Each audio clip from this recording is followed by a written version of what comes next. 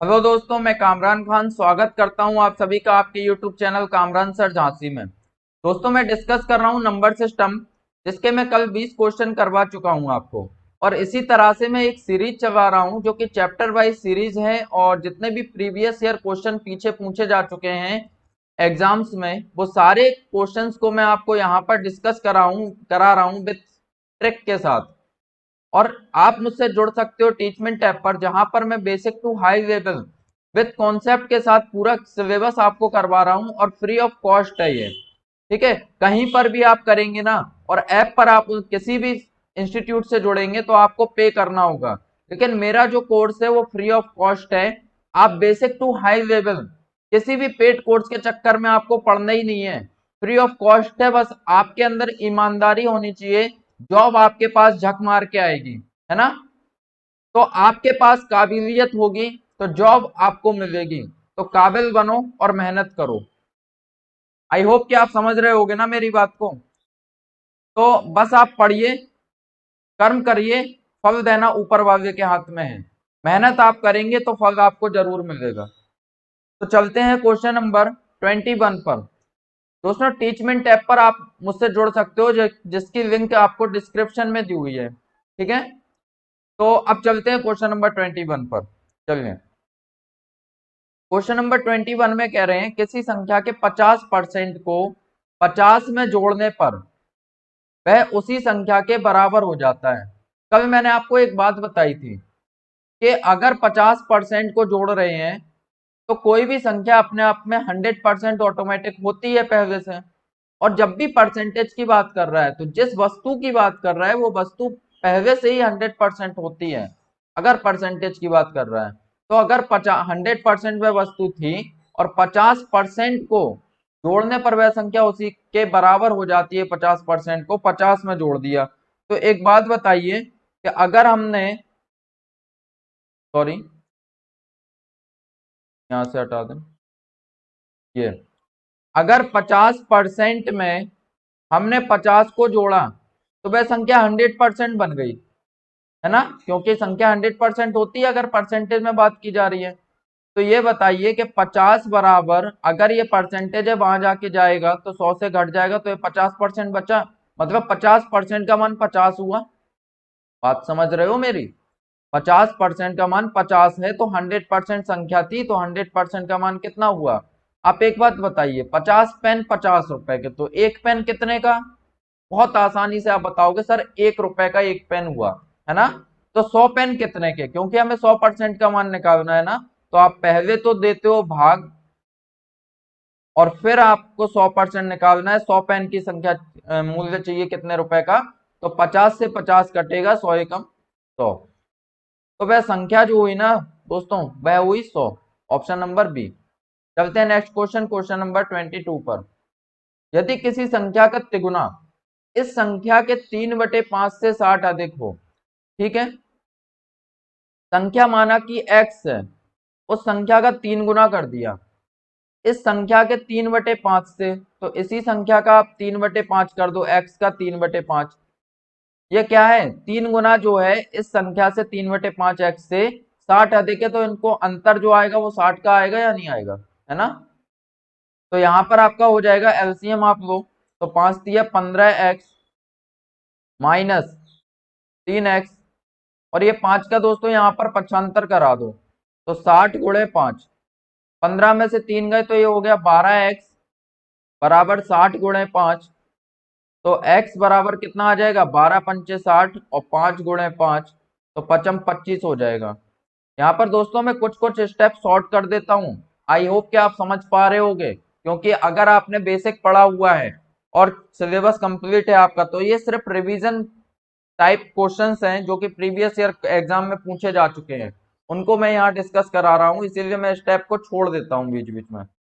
अगर आप नहीं किए हो बेसिक को कंप्लीट, तो आप मुझसे टीचमेंट ऐप पर जुड़िए, जहां पर आप बेसिक कंप्लीट करते जाइए और यहाँ पर अपनी प्रैक्टिस करिए। ठीक है दोस्तों, चलते हैं, इसकी ट्रिक क्या बन सकती है, चलो देखते हैं। ऑप्शन से यहाँ पर उठा के देखें।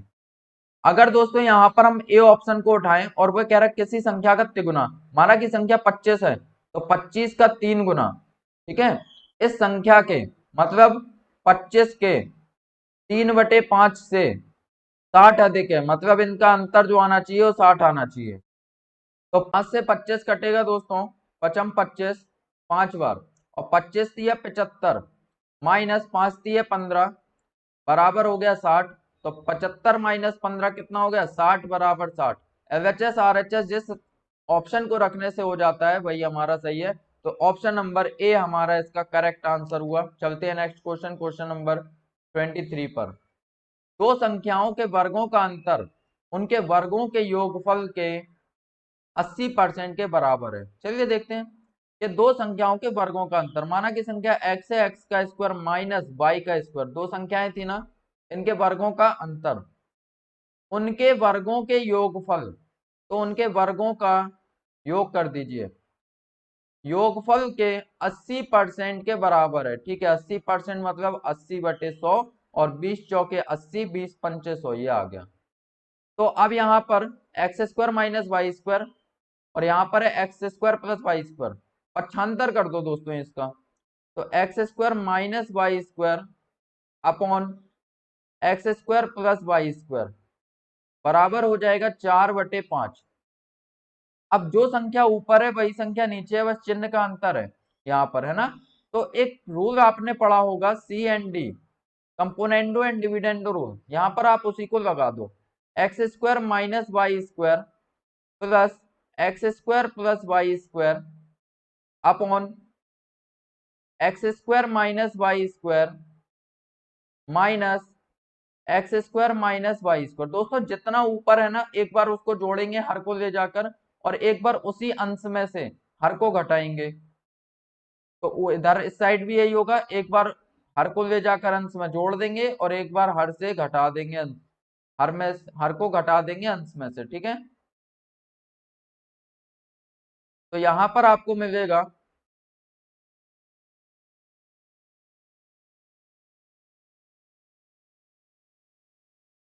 कि वाई स्क्वायर यहाँ माइनस है, ये कट जाएगा प्लस के वाई स्क्वायर से, एक्स स्क्वायर और एक्स स्क्वायर कितना हो जाएगा, 2x स्क्वायर हो जाएगा upon Y, X square minus का है, यहाँ पर भी प्लस का है, तो एक्स स्क्वायर माइनस और एक्स स्क्वायर प्लस कट गया, तो वाई स्क्वायर यहाँ पर माइनस के 2y स्क्वायर हो जाएगा बराबर 5 4 9, और 4 में से 5 जाएगा तो माइनस के 1 बचा। ठीक है, 2 से 2 ये कट जाएगा, माइनस से ये माइनस कट जाएगा, तो यहाँ पर बच रहा है आपका X square upon Y square बराबर है 9। अगर x अपॉन वाई हम निकालते हैं तो ये आ जाएगा 3/1, है ना, 9 के नीचे 1 माना जा सकता है, स्क्वायर हटेगा तो यहाँ पर रूट आ जाएगा, और रूट कितना होता है 9 का, 3 होता है। तो x और y में जो रेशियो बना है वो कितना बना, 3:1 का। यही इन्होंने पूछा था कि बड़ी संख्या और छोटी संख्या के बीच अनुपात क्या है, तो अनुपात आ रहा है दोस्तों सी ऑप्शन, 3:1।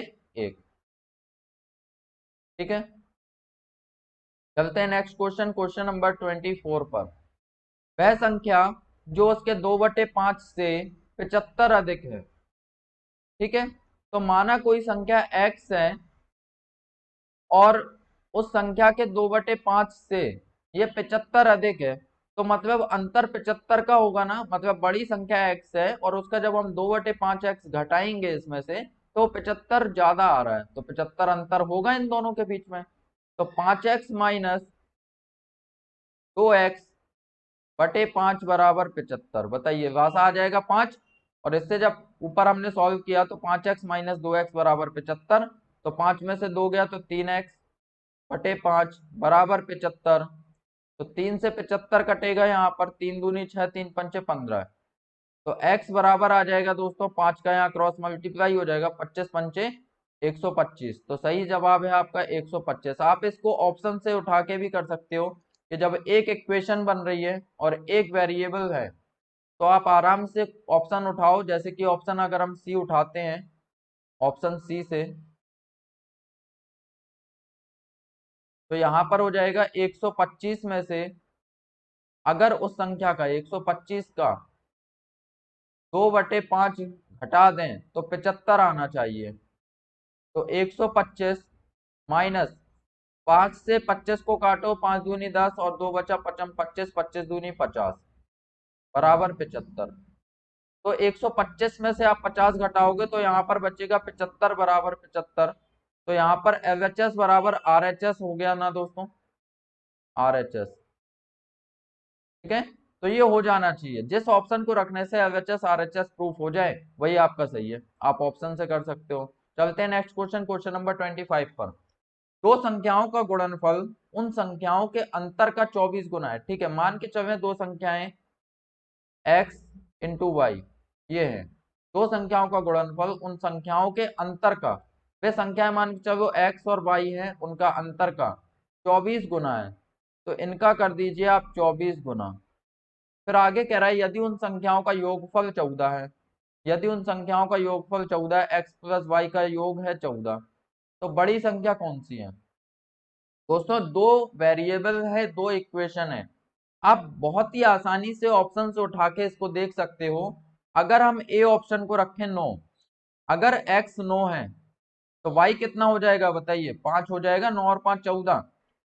अब वो कह रहे हैं कि इनका जो गुणनफल आ रहा है मतलब x और y का, 9 पन्ना 45, उनके अंतर का देखिए यहाँ पर सेटिस्फाई करा के देखिए, 9 पन्ना 45 गुणा कर दिया हमने बराबर 24 गुना है किसका, उनके अंतर का, 9 में से 5 गए 4, तो 24 चौके 96, और यहाँ पर था 45, सेटिस्फाई नहीं हो रहा ना, तो ये अपना ऑप्शन नंबर ए नहीं होगा। बी चेक करें, 8 रख के देखें। अगर दोस्तों x का मान 8 है, अगर x का मान 8 है और y का मान कितना हो जाएगा, 6 हो जाएगा ना, 8 से 14 बनेगा। तो अगर x का मान 8 है तो यहाँ पर 8 छिंग 48, इनका गुणनफल कितना बनेगा, 48 बनेगा। और उसका 24 गुना किसका, उनके अंतर का, तो 8 और 6 का अंतर कितना हुआ, 2, तो 48 बराबर 24 दूनी 48। तो क्या रखने से सेटिस्फाई हुआ, 8 को, बॉम्बे ऑप्शन इसका करेक्ट है। चलते हैं नेक्स्ट क्वेश्चन, क्वेश्चन नंबर 26। दो अंकों की किसी संख्या और उन अंकों को आपस में बदलकर बनाई गई संख्या। ठीक है, दो अंकों की कोई संख्या, जब भी आपसे दो अंकों की कोई संख्या कही जाए तो एक बात याद रखिएगा, मान के चलो मैंने अगर लिया 69, दो अंकों की एक संख्या है ना, इसको आप कैसे लिख सकते हो, आप इसे लिखोगे 10 गुणे 6 प्लस 9। बताइए 10 गुणे 6 60 हो गया, 60 और 9 69 हो गया। तो एक दो अंकों की संख्या बनती कैसे है, मतलब अगर दहाई का अंक है तो इकाई दहाई, मतलब 10th प्लेस है ना, तो 10 का गुणा होगा, आप प्लेस वैल्यू में तोड़ दो स्थानीय मान में, तो 10 गुणे 6। तो इसी तरह से अगर हम इसको x और y दो अंक माने तो हमारी संख्या क्या बनेगी, 10x प्लस वाई, ये बनेगी ना, बात आई समझ में आपको। तो अगर इनके अंकों को आपस में बदल दिया जाए, x और y क्या थे इसमें, x और y थे अंक, तो यहाँ पर अगर इनके अंकों को बदल दिया जाए तो एक संख्या थी हमारी 10x प्लस वाई, ये ओरिजिनल संख्या थी, लेकिन ये कह रहे उनके अंकों को आपस में बदल दिया जाए।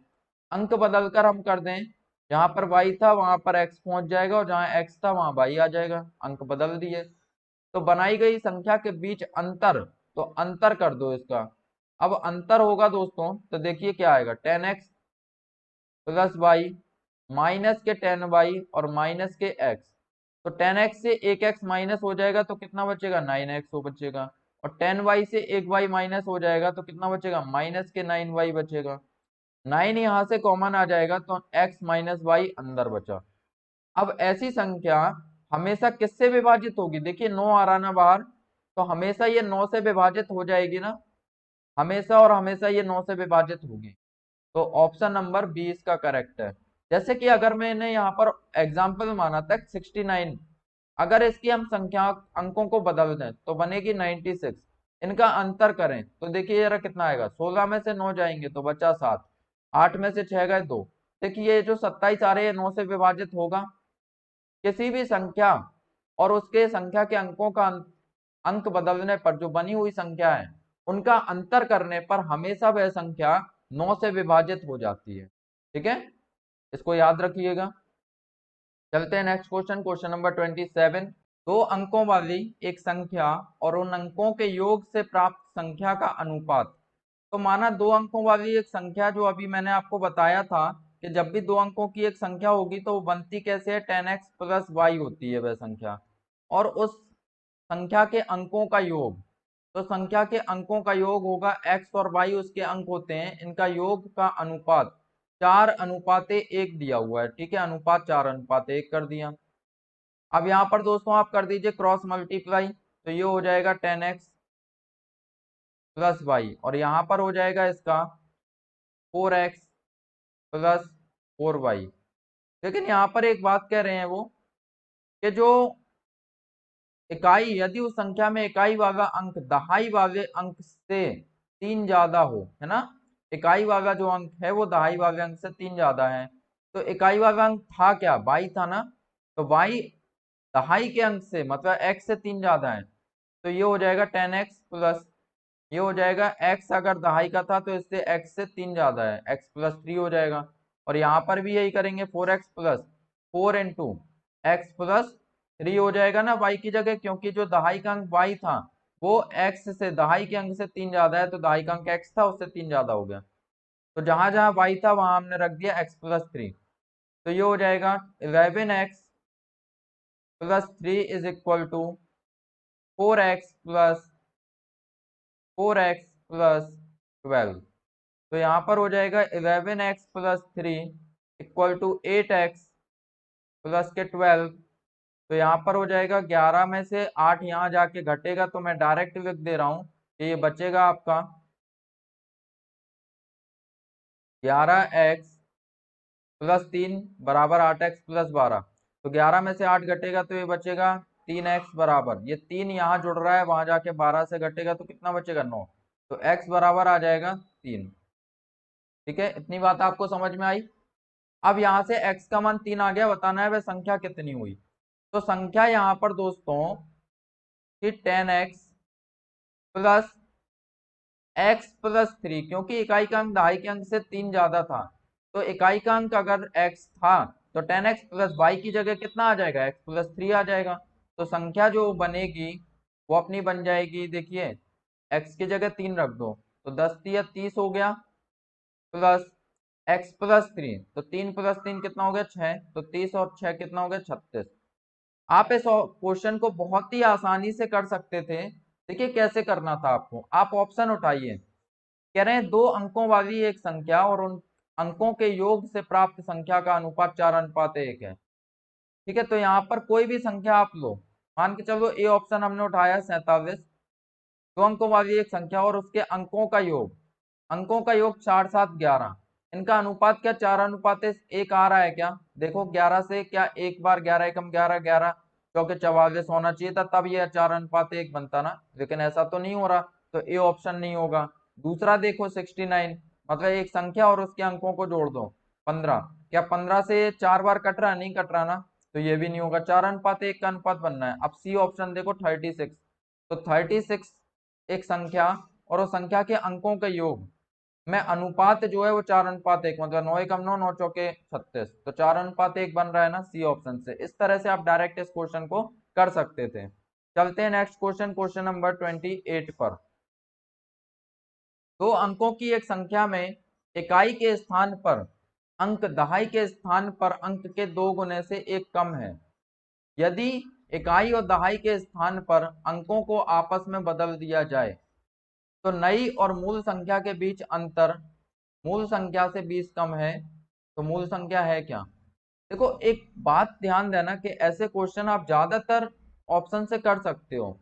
देखें जरा, यदि इकाई और दहाई के स्थान पर अंकों को आपस में बदल दिया जाए, अगर इनके हम स्थान बदल दें अंकों के, देखो जरा अगर हम पहला लें 59, 5 दूनी 10 और एक इकाई का अंक है, इससे दहाई के अंक दुगने से एक कम है, ठीक है, इसमें भी दुगने से एक कम है, और सी ऑप्शन में 3 दूनी 6 एक कम है, 4 दूनी 8 एक कम, सब में ये तो बराबर है। आगे देखो तो वो कह रहा है कि जब हम इकाई और दहाई के स्थान के अंकों को आपस में बदल दें, मतलब 59 था इसको हम कर दें 95, तो इन दोनों के बीच जो अंतर आएगा वो मूल संख्या से 20 कम आएगा। तो 95 में से जरा 59 को माइनस कर दो, तो 15 में से 9 गए, तो यहाँ पर बचेगा आपका 6,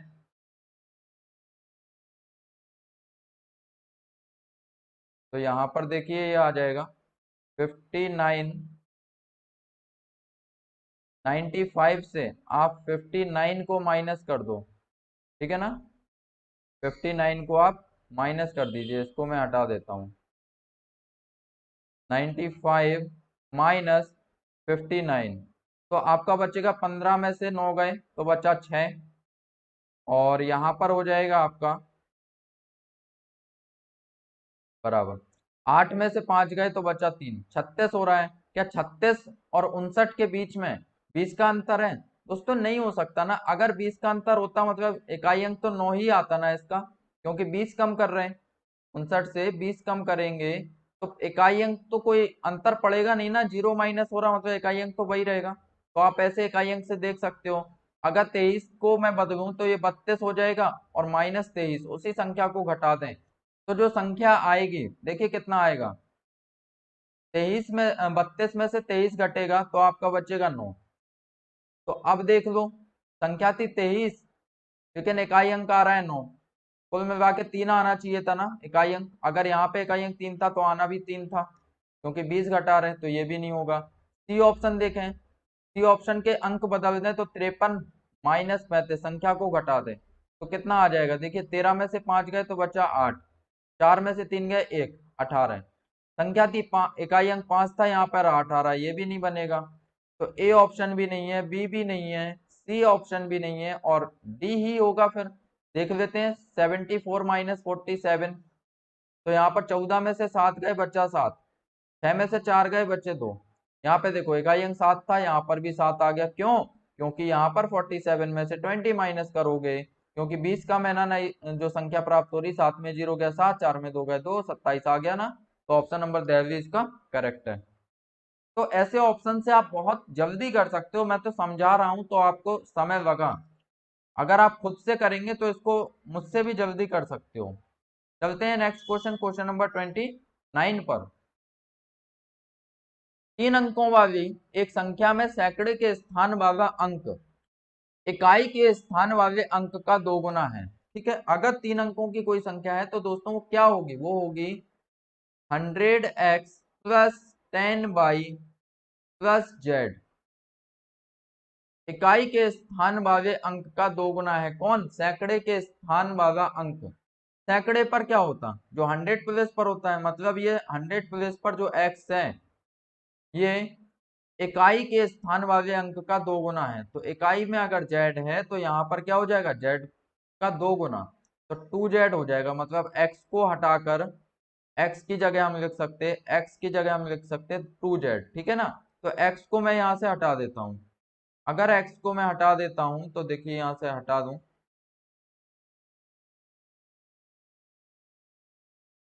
x मैंने यहां से हटा दिया तो यहां पर क्या आ जाएगा, इंटू 2z कर सकता हूं मैं यहां पर।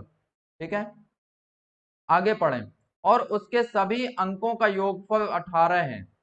सभी अंकों को अगर मैं जोड़ दूं, मतलब x plus Y plus Z, सभी को जोड़ दें तो 18 आता है, जबकि यहाँ पर जो अंक था आपका ये सैकड़े का, ये 2 गुना है किसका, इकाई के अंक का, तो यहाँ पर 2z आ जाएगा प्लस वाई प्लस जेड, तो यहाँ पर बनेगा बराबर 18, 2z और 1z कितना हो जाएगा, 3z प्लस वाई बराबर 18 हो जाएगा। ठीक है, अब यहाँ पर देखिए कितना हो जाएगा, 200, 2 गुणे 100 200 Z plus 10 Y plus Z, तो 200 और जेड कितना हो जाएगा, 201 जेड प्लस के 10 वाई के। अब आगे पढ़ें, यदि उसके अंकों को उलट दिया जाए तो वह संख्या 396 कम हो जाती है।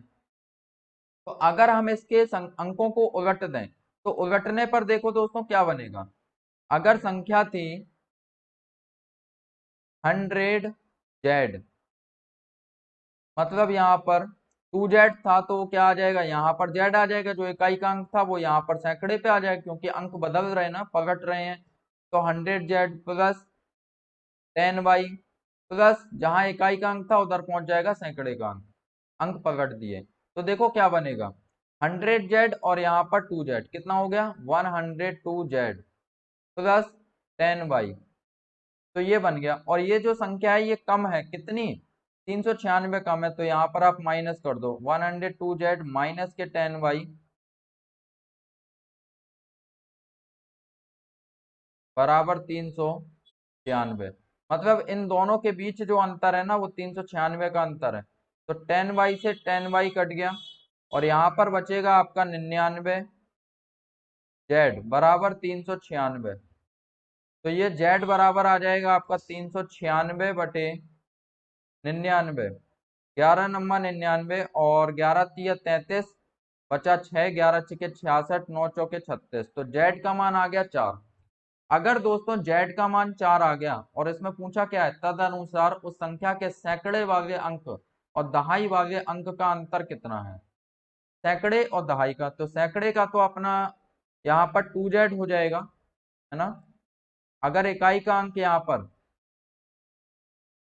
आपका 4 आ गया तो सैकड़े का अंक इसका 2 गुना था, क्योंकि x बराबर है 2z।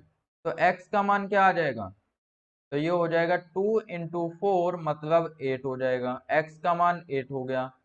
अब सभी का योग 18 है, तो यहीं से आप कॉमन सेंस लगाइए कि x 8 है, z 4 है, तो 8 और 4 12, सबका योग 18, कितना बचा, 6 बचा ना। तो y बराबर हो जाएगा 6। ठीक है मेरे प्यारे दोस्तों, y बराबर हो गया 6। पूछा है सैकड़े वाले अंक और दहाई वाले अंक का अंतर कितना है। तो सैकड़े वाला अंक देखिए, हमारी संख्या क्या थी, 2z थी ना। तो 2z का मान यहाँ पे आया 8 और दहाई वाला अंक कितना था, y का मान आया 6। तो 8 माइनस 6 बराबर कितना हो गया, 2 हो गया। तो सही आंसर है 2, ऑप्शन नंबर बी। चलते हैं नेक्स्ट क्वेश्चन, क्वेश्चन नंबर 30 पर। यदि 3 अंकों वाली किसी संख्या में इकाई और दहाई के अंकों को आपस में बदल दिया जाए, तो जो नई संख्या आएगी वह मूल संख्या से 63 अधिक होगी। ठीक है। तदनुसार यदि मूल संख्या में इकाई का अंक x हो तो x के तीनों संभव मान क्या होंगे। तो देखिए, अगर इकाई का अंक x मानना है तो आप संख्या मानिए 3 अंकों की 100z plus 10y plus x. 3 अंकों की संख्या है ना, तो उसका स्टैंडर्ड फॉर्म यही होती है 100z plus 10y plus x. ये एक मूल संख्या है।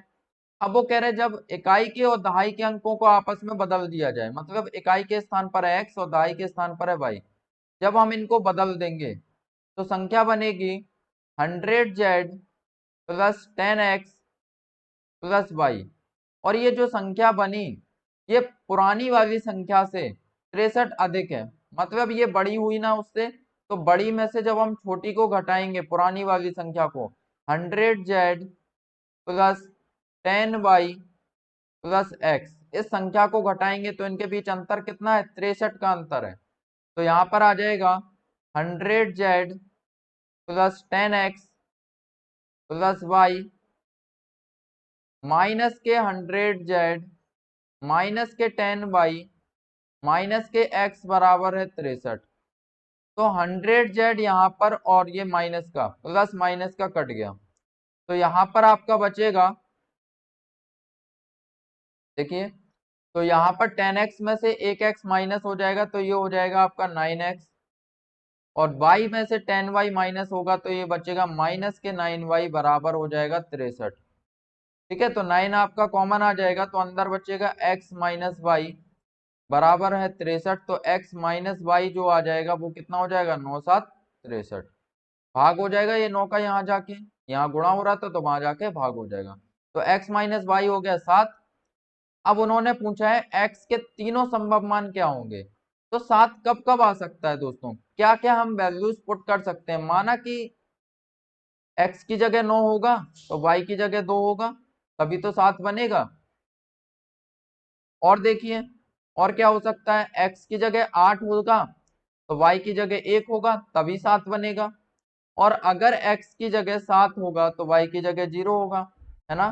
तभी तो पॉसिबल है, x के मान 9 8 7 ही तो मान रख सकते हैं, इसके अलावा तो कुछ बनेगा ही नहीं ना। अगर हमें 7 बनाना है घटाने पर, तो हम 9 से या तो 2 घटा दें, या 8 से 1 घटा दें, या 7 से 0 को घटा दें, है ना।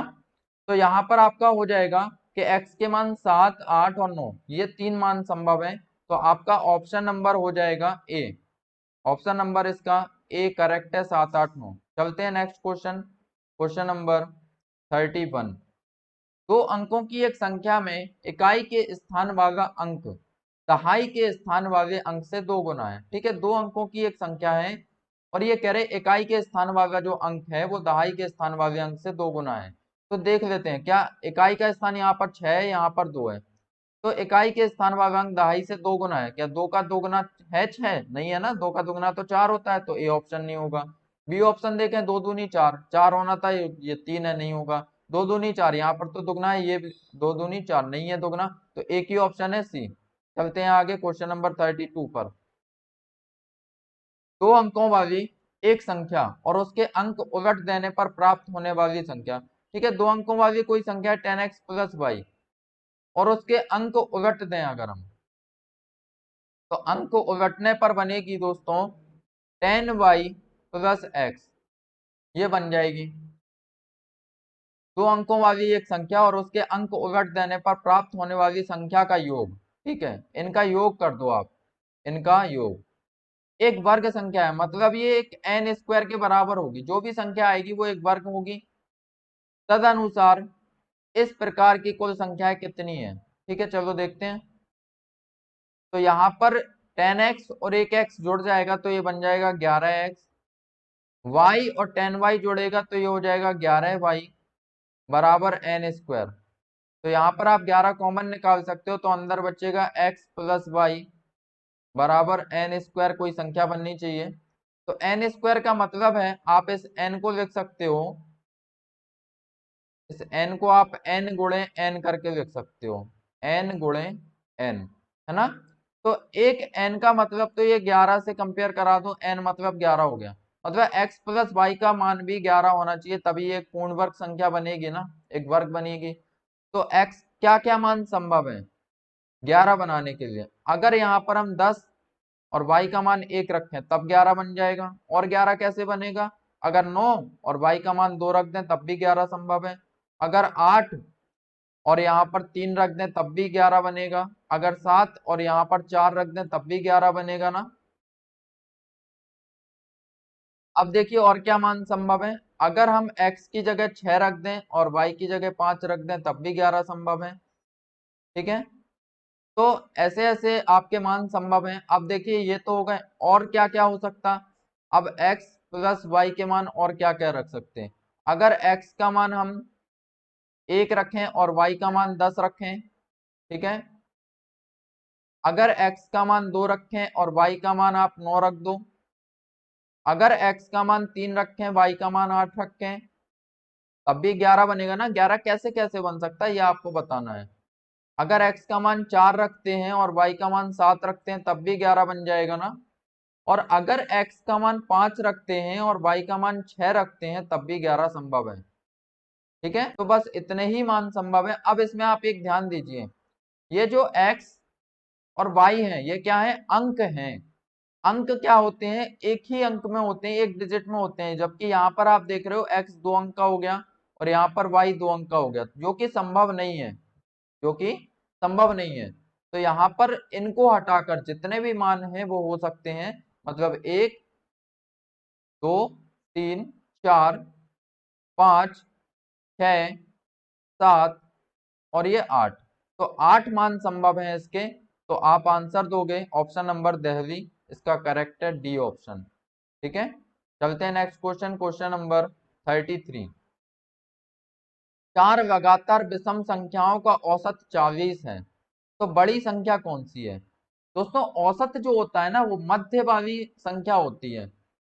तो चार विषम संख्या हैं और लगातार हैं, तो लगातार होने के वजह से इनका जो औसत है वो 40 है, तो इनके जस्ट पीछे दो होंगी, मतलब यहाँ पर 39 रही होगी और 37 रही होगी।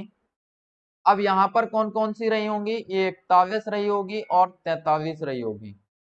तो ये बीच वाली संख्या जो थी ना वो औसत थी, औसत होता है बीच वाली संख्या। तो बीच में 40 है, तो चार संख्याएं थी, तो जस्ट इसके दो इस साइड होंगी और दो इस साइड होंगी, तो हो गई चार लगातार विषम संख्याएं। तो पूछा है सबसे बड़ी कौन होगी, तो 43 सबसे बड़ी है। चलते हैं नेक्स्ट क्वेश्चन, क्वेश्चन नंबर 34 पर। प्रथम 13 प्राकृतिक संख्याओं के घनों का औसत क्या होगा? दोस्तों घनों का जो योग होता है, पहले तो औसत आपको जानना है कि औसत क्या होता है। औसत बराबर होता है सभी संख्याओं का योग बटे नंबर ऑफ टर्म्स कितने हैं। तो 13 है ना, तो 13 का भाग दे देंगे। तो योग होता है घनों का योग, लगातार n तक की प्राकृतिक संख्याओं के घनों का योग होता है n into n plus 1 upon 2, इस पूरे का स्क्वायर डिवाइड बाय 13 करेंगे, क्योंकि 13 प्राकृतिक संख्याएं हैं। तो n कितना है, 13 है, नंबर ऑफ टर्म्स 13 है, तो n की जगह 13 रखेंगे, n प्लस 1 मतलब 14 बटे 2। इस पूरे का करना है आपको वर्ग, 2 से 14 कटेगा 7 बार, तो ये आ जाएगा आपका 13 गुणे 7, और फिर से आप कर दीजिए 13 गुणे 7, जिससे कि आपका ये आ गया योग, क्योंकि योग वर्ग था ना, तो 2 बार लिखेंगे उस संख्या को। अब आपको निकालना है औसत, एवरेज। तो एवरेज हो जाएगा दोस्तों, नंबर ऑफ टर्म से आप भाग दे दीजिए, तो 13 टर्म थे तो 13 से आप भाग दे दिया, 7 सत्ते 49, तो 13 गुणे 49 आप कर दीजिए, 13 नम्मा 117, 11 हासिल, 13 चौके 52, और ये हो जाएगा 11 जोड़ने पर 63, तो 637 इसका करेक्ट आंसर है। चलते हैं नेक्स्ट क्वेश्चन, क्वेश्चन नंबर 35 पर। प्रथम 10 प्राकृतिक संख्याओं के वर्गों का औसत क्या है? तो औसत बराबर होता है योग बटे उनकी संख्या। तो आप जान लीजिए कि प्रथम 10 प्राकृतिक संख्याओं के वर्ग जो होता है वो होता है n into n plus 1 into 2n plus 1 divide by 6, ये होता है इनके योग का, सम होता है इनका n into n plus 1 into 2n plus 1 upon 6, लगातार n तक की प्राकृतिक संख्याओं के वर्गों का योग।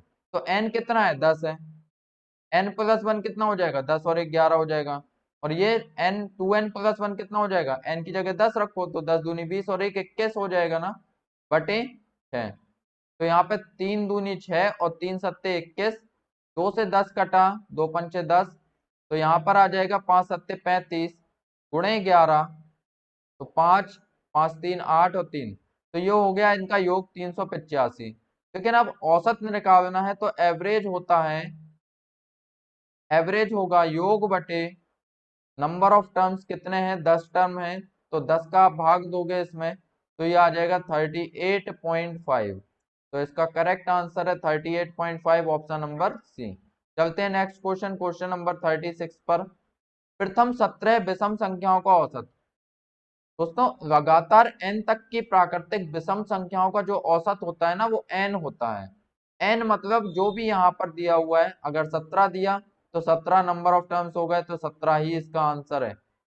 अगर योग पूछा होता तो लगातार n तक की प्राकृतिक संख्याओं का जो योग होता है, विषम प्राकृतिक संख्याएं होनी चाहिए। कैसी होनी चाहिए, विषम होनी चाहिए। तो इनका योग होता है n स्क्वायर, मतलब 17 है तो 17 का स्क्वायर कर दीजिए, 289। और अब आपको अगर एवरेज निकालना है, तो आप ऐसे निकाल सकते हो कि एवरेज होता है योग बटे उनकी संख्या, कितने 17 है, 17 से 289 कटेगा 17 बार, तो उनका औसत आ जाएगा 17। ये आप डायरेक्ट याद रख सकते हैं कि लगातार n तक की विषम प्राकृतिक संख्याओं का औसत होता है n। जो टर्म दिए हुए हैं, 17 दिए तो 17 हो जाएगा, 18 दिए तो 18 विषम प्राकृतिक संख्याओं का औसत हो जाएगा 18। ठीक है, अब योग जैसे कि मैं प्रूफ करके आपको बताऊं कि पहली 1 है, फिर विषम संख्या कौन सी आएगी, 3 आएगी, फिर 5 आएगी, इनका योग कितना हुआ, 5 3 8 और 1 9, 9 बन रहा ना। अगर आप 1 2 3 तीन टर्म है, तीन संख्याएं हैं विषम, तो मैंने बताया कि n स्क्वायर कर दीजिए, तो 3 का स्क्वायर कितना हो जाएगा, 9। तो आप डायरेक्ट निकाल सकते हो वर्ग करके उनका योग। चलते हैं क्वेश्चन नंबर 37 पर। चार क्रमागत सम संख्याओं का औसत 51 है, तो तीसरी संख्या क्या है? दोस्तों अभी मैंने बताया था कि जो औसत होता है मध्यमान संख्या होती है, मतलब बीच में 51 है, और चार क्रमागत सम संख्या है, मतलब इसके जस्ट पीछे दो रही होंगी 50 और 48, और इसके आगे दो रही होंगी 52 और 54। तो पूछा है हमसे तीसरी संख्या कौन सी है, तो एक 48, दूसरी 50, तो तीसरी 52, क्योंकि सम संख्याओं की बात हो रही है ना, तो तीसरी हो जाएगी 52। चलते हैं नेक्स्ट क्वेश्चन, क्वेश्चन नंबर 38। कुछ प्राकृत संख्याओं का औसत 15 है। ठीक है, माना कि x संख्याएं हैं, इनका औसत 15 है। यदि पहली संख्या में 30 जोड़ दिया जाए, ठीक है, इसमें 30 एंट्री लेगा, प्लस का 30 होगा, और अंतिम संख्या से 5 घटा दिया जाए। बस यहाँ पर क्या कर रहे हैं, 5 को घटा दिया, तो संख्याएं तो उतनी ही हैं। ठीक है दोस्तों, संख्याएं वही हैं। अब जो औसत हो जाता है वो हो जाता है 17.5। मतलब पिछले के कंपेयर में यहाँ पर औसत जो बढ़ गया ना, वो बढ़ गया है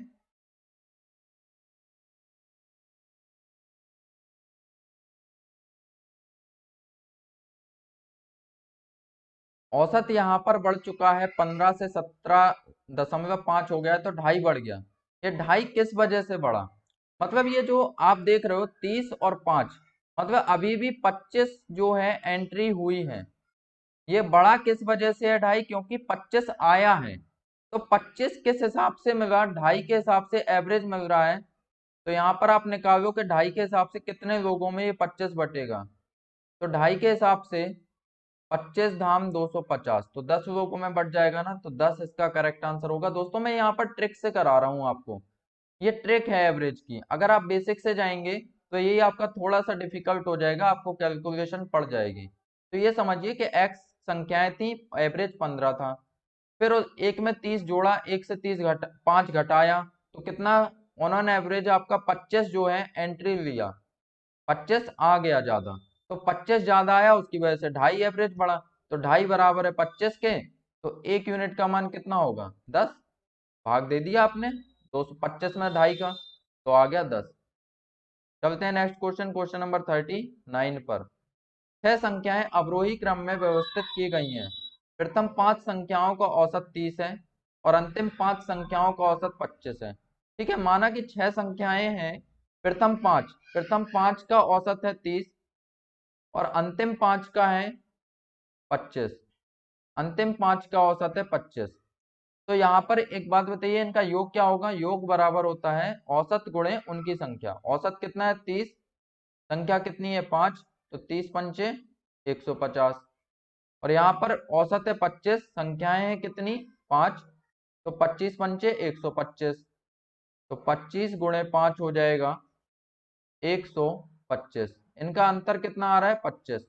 तो दोस्तों आप इसको समझिए कि पहली संख्या अगर a है, दूसरी b है, तीसरी c है, चौथी d है और पांचवी e है, ये 5 संख्याएं हो गई। फिर इन्होंने कहा इन 5 का जो औसत है वो 30 था। फिर इन्होंने कहा है कि अंतिम 5 का मतलब b, c, d,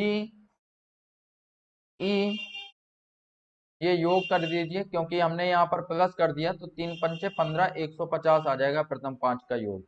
अंतिम 5 का देखिए बी सी डी ई और एफ, तो 6 संख्याएं टोटल हो गई, पहली 5 यहाँ पर आ गई, अंतिम 5 यहाँ आ गई, और इनका जो योग बनेगा वो बनेगा 25 गुणे 5, मतलब 125।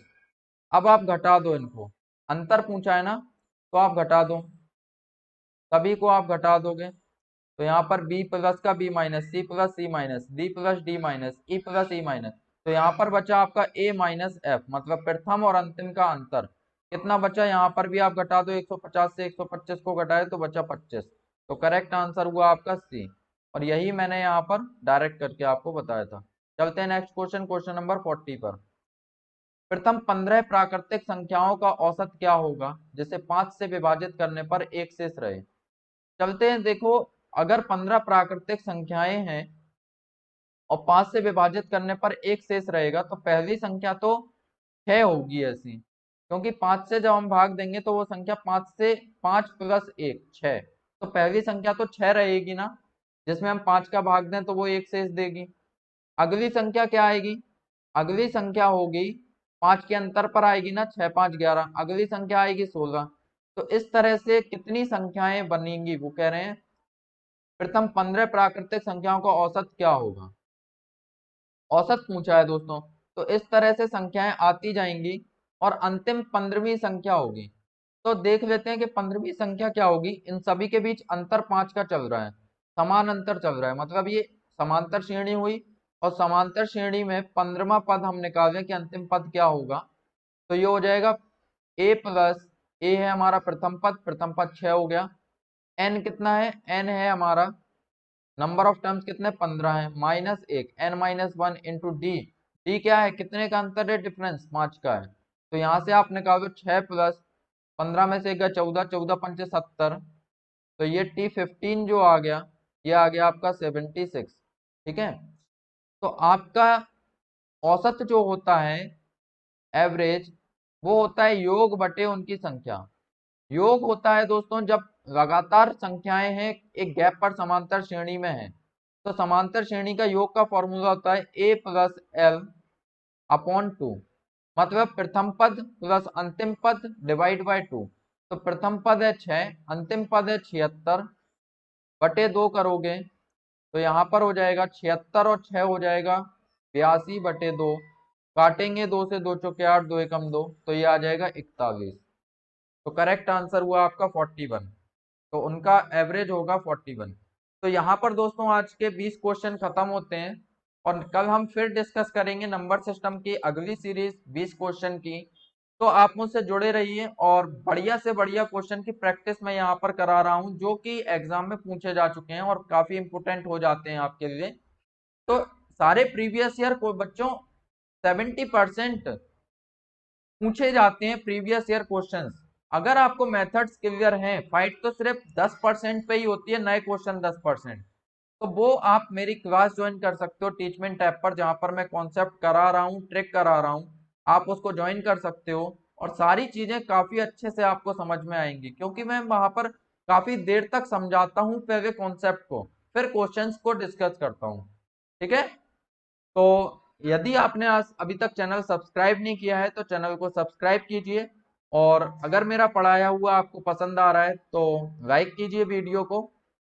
ठीक है दोस्तों, और शेयर भी कीजिए, ज्यादा से ज्यादा बच्चों तक ये ट्रिक्स पहुंच पाए, उनको प्रैक्टिस कर पाए, क्योंकि काफी बच्चे ऐसे हैं जो कि अच्छा मटेरियल नहीं पढ़ पाते हैं। काफी जगह 10-10 टीचरों के पास भटकते हैं, लेकिन उन्हें अच्छा मटेरियल नहीं मिलता है।